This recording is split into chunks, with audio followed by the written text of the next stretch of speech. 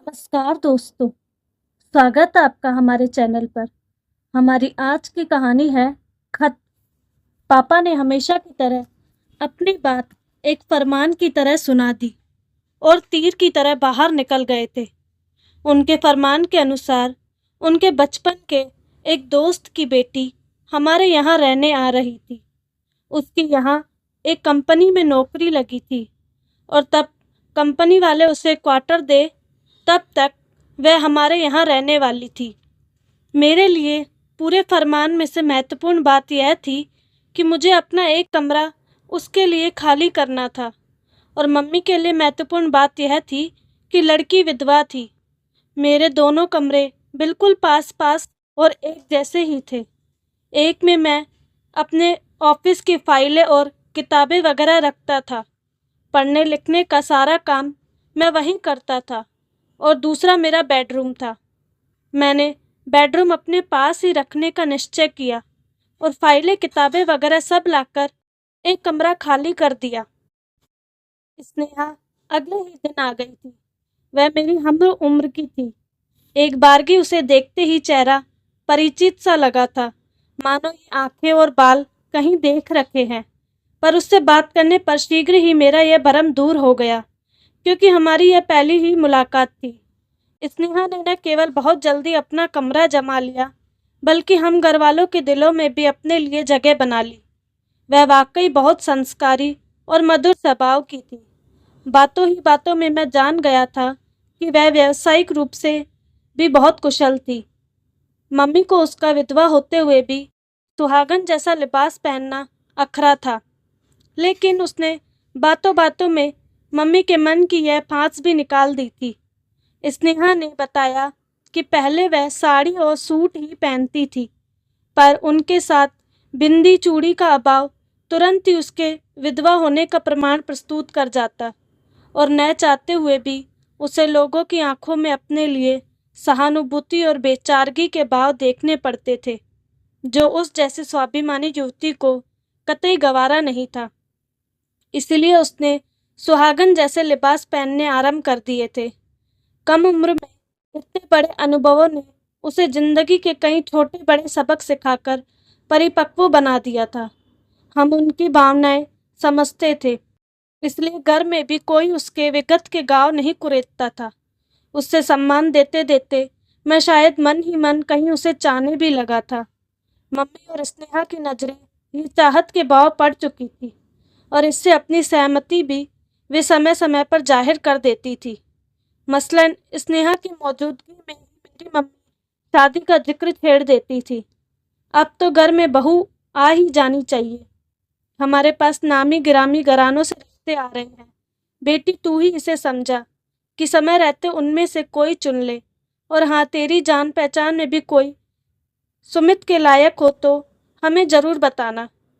स्नेहा इस कटु सत्य से परिचित थी कि घर की मालकिन की नज़रों में वह कितनी भी अच्छी क्यों ना हो, मगर उसका वैधव्य उसके सर पर ऐसा बदनुमा दाग है कि वह उसे कभी इस घर की बहू नहीं स्वीकारेंगी।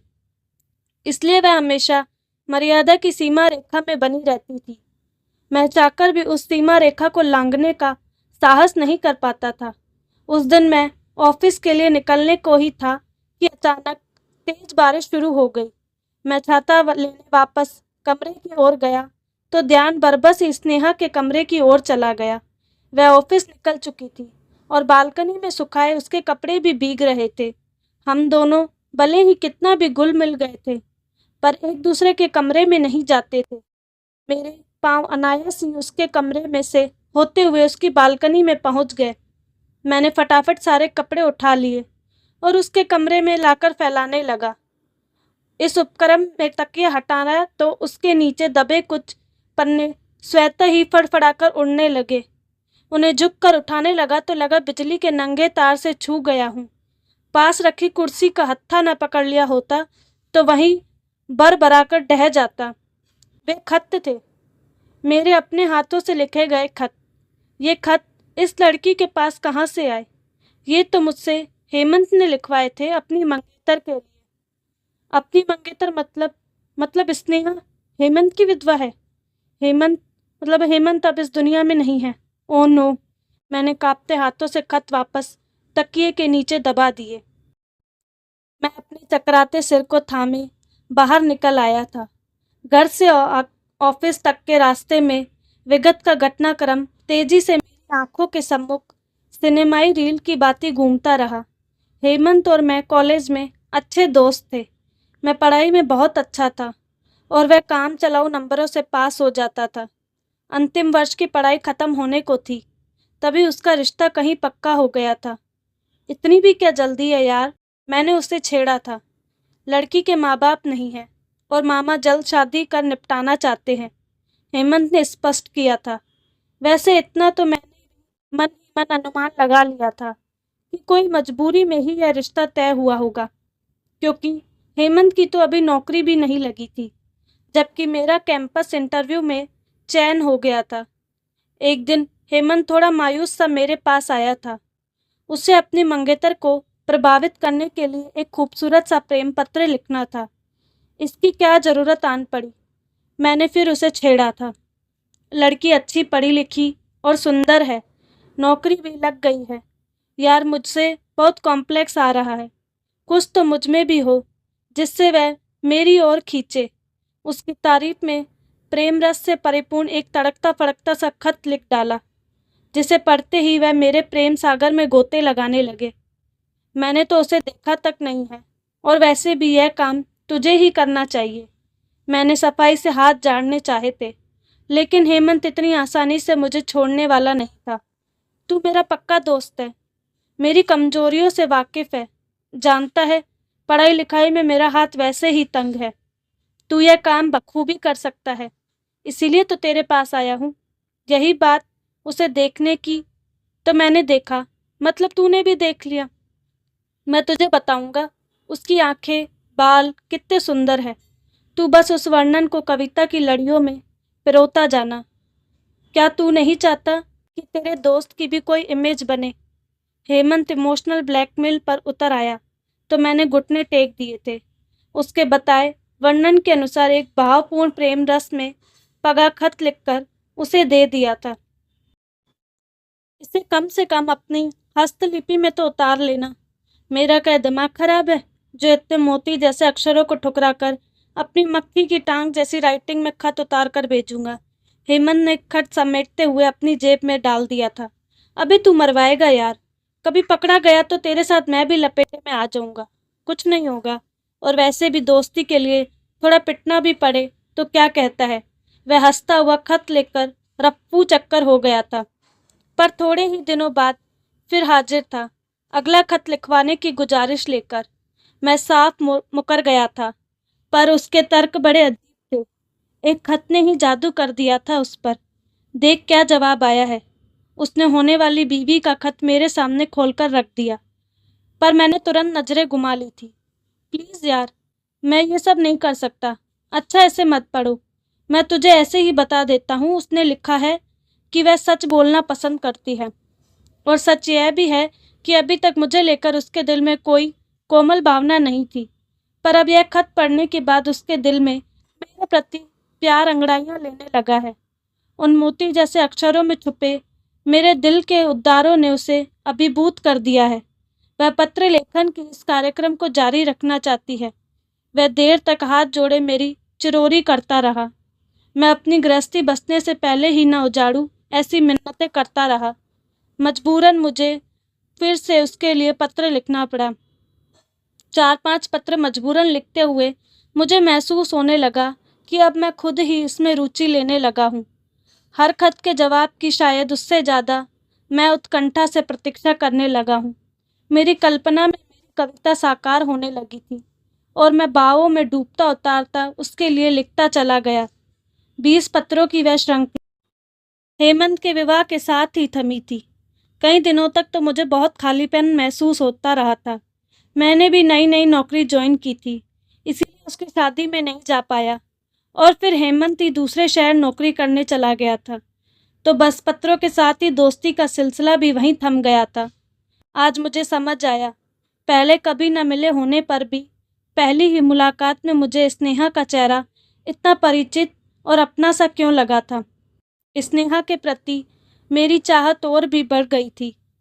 क्या मुझे उसे यह सब कुछ बता देना चाहिए? क्या मम्मी कभी इस रिश्ते के लिए राजी होंगी? मैं अभी इस ऊहापोह से निकल भी नहीं पाया था कि सिर पर एक और संकट मंडरा उठा। पापा एक दुर्घटना में बुरी तरह घायल हो गए। 3 दिन अस्पताल में भर्ती रहने के बाद वे चल बसे। हमारी तो दुनिया ही उजड़ गई थी। गृहस्थी के रथ को कंधा लगाने का प्रयास करते मेरे कंधों पर पूरे रथ की कमान ही आ पड़ी थी।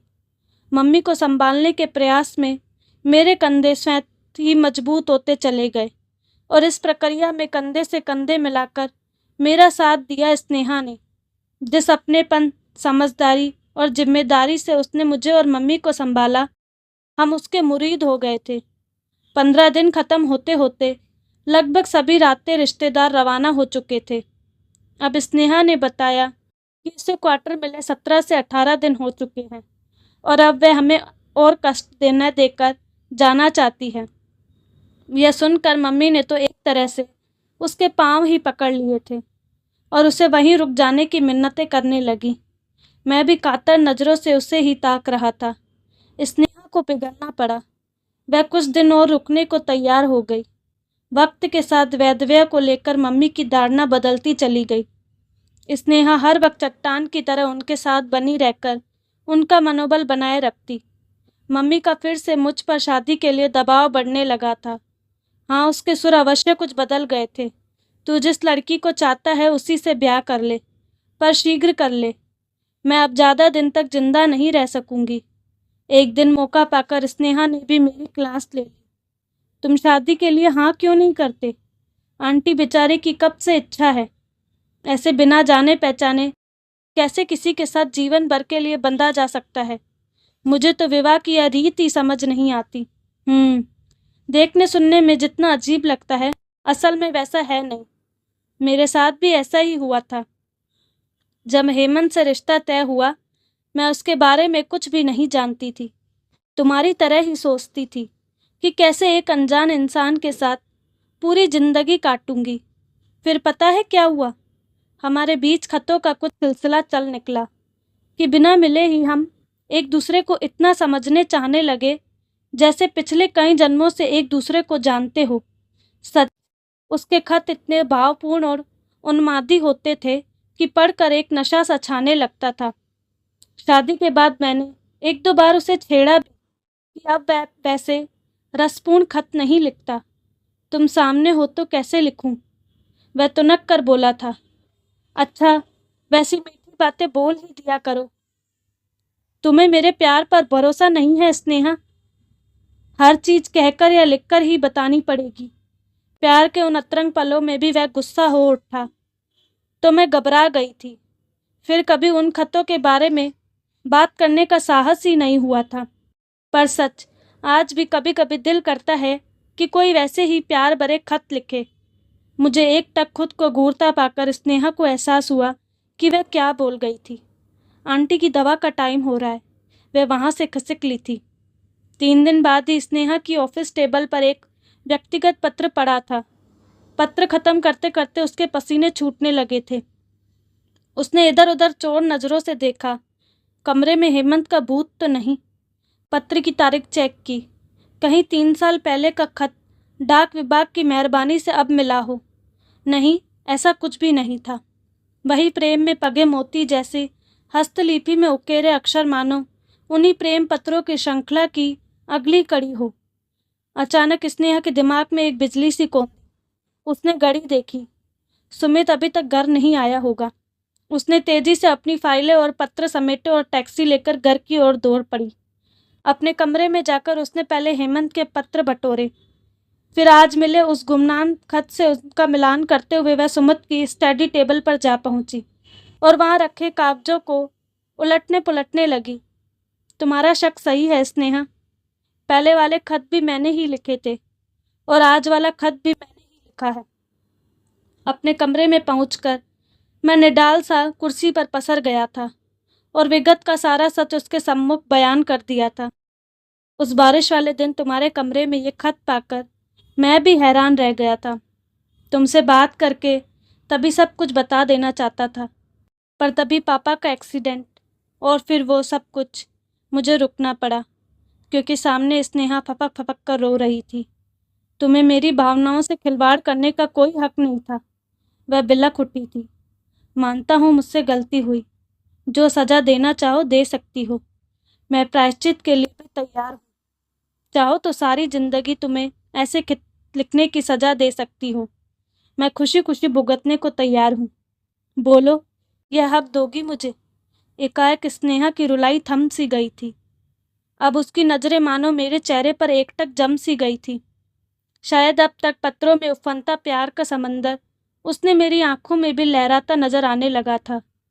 स्नेहा के चेहरे पर उभर आई हया की लाली पल प्रतिपल गहराती जा रही थी। तो दोस्तों, कैसी लगी आपको कहानी? अपनी राय कमेंट बॉक्स में ज़रूर दीजिएगा।